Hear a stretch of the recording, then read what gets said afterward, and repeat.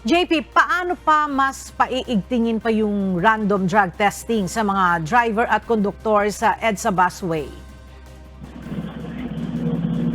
Ella, ayon nga kay Jonathan Desmundo, Executive Secretary ng Department of Transportation, posibleng magpulong ang attached agency ng DOTR ngayong araw, kasama dyan ng LTO at LTFRB. Pag-uusapan nila kung papaano paiigtingin ang isinasagawang drug testing sa mga tsuper ng pampublikong transportasyon.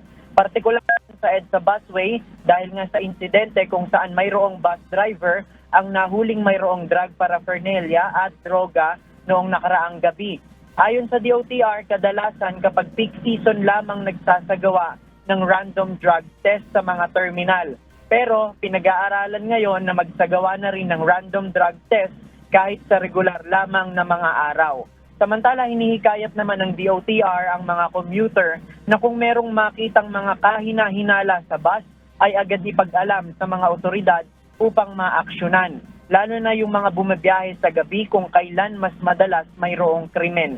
May nakabantayan nilang mga tauhan ng Special Action and Intelligence Committee for Transportation o SAIC sa mga istasyon ng busway.